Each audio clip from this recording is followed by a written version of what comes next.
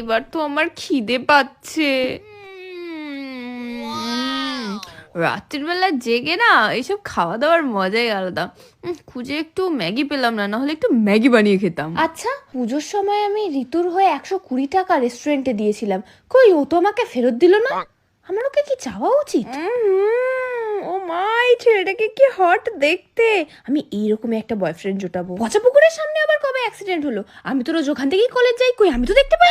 গীতায় লেখা আছে প্রতিটা মানুষের এই পৃথিবীতে জন্ম হয়েছে কোনো না কোনো কাজের উদ্দেশ্যে। আমার উদ্দেশ্যটা কি? আমি তো কিছু বুঝতেই পারছি না। কি করতে যে আমি সবার কথা শুনে ইকোনমিক্সটা নিয়ে নিলাম, এখন তো ওটা পড়ে যে আমি কি উদ্ধার করে নেবো আমি তো কিছু বুঝতেই পারছি না। আমি ব্রেকআপ করে দেওয়ার পরে এই মুখ পোড়াটাকে এত সুন্দর দেখতে হয়ে গেল কি করে? নতুন গার্লফ্রেন্ডও হয়েছে বোধহয়। ঘুমা পায়েল, ঘুমা পায়েল, ঘুমা। দেখি তো একটু নতুন গার্লফ্রেন্ডটাকে কেমন দেখতে। আমার থেকে তো বাজেই দেখতে। দাঁড়া